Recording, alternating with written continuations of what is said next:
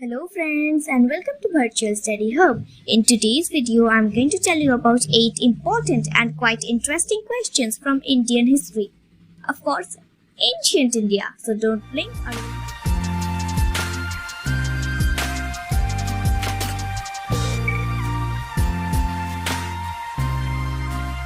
Question number 1. Who discovered the Harappan civilization? Option A. Rakhaldas Banerjee. Option B. Alexander Cunningham. Option C. K.N. Dixit. And option D. Dayram Shahani. So, think who is the correct one. Of course, Alexander Cunningham and K.N. Dixit had no hands in discovering the Harappan civilization, so they are cut out. So, who's the one? Rakhaldas Banerjee or Dayram Shahani? So, the correct answer is Dayram Shahani because Rakhaldas Banerjee discovered Mohenjo-daro. And we all know that Mohenjo-daro was discovered after Harappa. So Dayram Shahani discovered Harappan civilization in 1920. Hence, he is the actual one who discovered the Harappan civilization at the beginning. Question number 2. Between which years did the Harappan civilization flourish? This question is asking that between which years means in which year was it started and which year did it end according to our historians, archaeologists. Okay. So, we again have 4 options. Option A says 2400 BCE to 1750 BCE. Option B says 2500 BCE to 1740 BCE. Option C 2500 BCE to 1750 BCE. And option D, none of the above. So, you need to think it a bit.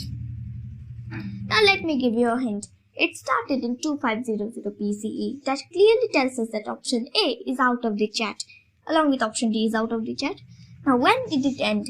This civilization come to an end in the year 1750 according to our resources and historians. So, that means that option C is the correct answer. Now, question number 3. Which is the correct chart of the Varna system? We all know Varna system was the caste system in the Vedic age.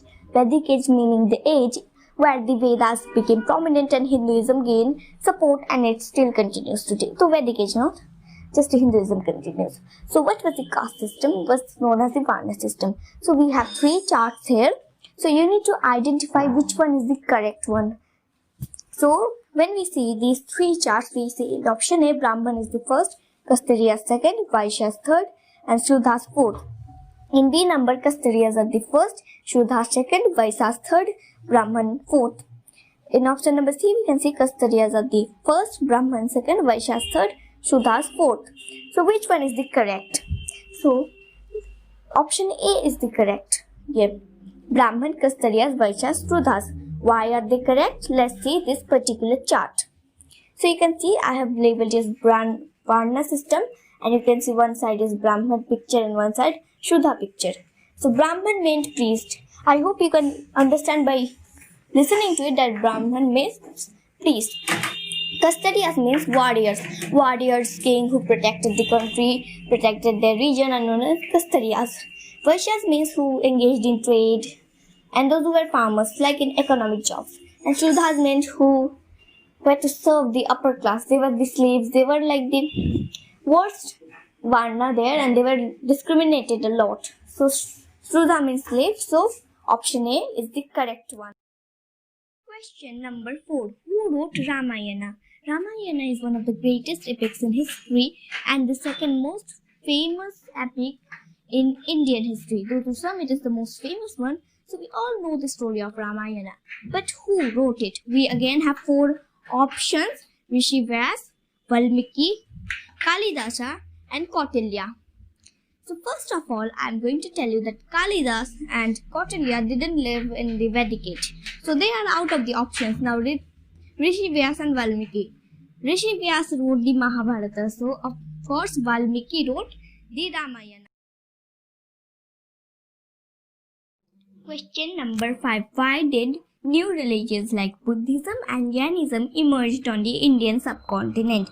This is quite an important question, and we have 4 options here as well.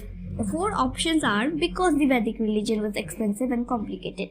This is true that the Vedic religion was indeed expensive and complicated. How? because Vedic religion taught in Sanskrit, and Sanskrit is still today a very complicated language. I can't learn it so good. And it was really expensive due to the sacrifices of animals, due to meaningless yajanas, meaningless rituals. So it was really complicated, and that's the reason.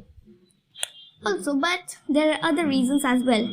Option B, because the Varna system became hereditary. In the early Vedic age, however, the Varna system was not hereditary. Means like if you are a slave, you are Shuddha. But if you change into a life of farming or trade, you can become a Vaishya.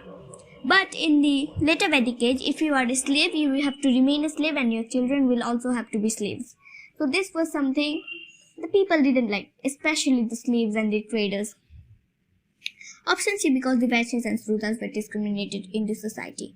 It is connected to option B. Like the Vaishyas didn't have much more trading rights. They wanted a simpler religion that would help them more trading rights, and the slaves wanted to be free. So they looked for a religion that will make them free from slavery.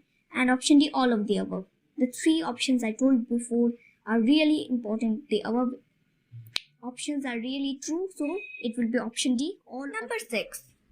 Which of the following is not a Mahajanapada? A Mahajanapada was like a small kingdoms that emerged in after the Vedic age. So they were small kingdoms. So here are 4 options. One of them is not a Mahajanapada. So let's read the option. Number A, Magdad. Magdad was the most important Mahajanapada. So that clearly tells us that it was very important. It was a really important Mahajanapada. Option B, Vasta. Option C, Rajgura. And option D, Kosala. By the way, Magdad's king Bimbisar married Kosala's king Prasenjit's sister. So that really means that Kosala was a Mahajanapada. Now Vasta was also a Mahajanapada, and Rajgira was the capital of Magdad at the beginning. So that clearly tells us that Rajgira is not a Mahajanapada. Question number 7. Why did King Ashoka left the war and battle? We all know that King Ashoka had left war and battle, but why did he do so? Option A, because he adopted Buddhism. King Ashoka promoted Buddhism, and he even sent his daughter and son to Sri Lanka, Japan and China to spread the religion. And thanks to him, Buddhism became a world religion. So this was not something that changed him. Option B, because he conquered Kalinga and had no need to fight again. Kalinga was a kingdom in the east coast in modern-day Odisha. It had been tried by several kings of the Mauryan Empire to be conquered, but no one could. Ashoka conquered it, and this might be a reason, because after conquering such a powerful kingdom, why did he need to fight anymore? But this was not the true reason again. Option C, because he was terrorized by the death and bloodshedding resulted from the war with Kalinga. Now with the war with Kalinga, many warriors died. Now the family of the warriors became homeless, they were starved, they died. There was bloodshedding lot around, and this could have been the reason, right? Option D, none of the above. So I'm going to tell you option C is correct, because after option C, Ashoka became a non-violent person and adopted Buddhism. So option number C. Last but not the least is question number 8. Who was the founder of the Gupta dynasty? We all know Gupta dynasty is known as the golden age of India, but who founded it? Let's find out. Option number A, Sri Gupta. Option number B, Chandragupta I. Option number C, Samudragupta, the Napoleon of India. And option number D, Skandagupta. Who was it? Chandragupta Maurya was the first important ruler of the Gupta Empire, but that doesn't mean that he was the founder. Samudragupta conquered much of India, but was he the founder? No. Skandagupta was the last important ruler of the Gupta dynasty, so was he the founder? No. Sri Gupta founded it, and he was the first emperor of the Gupta dynasty. So, Sri Gupta is the answer.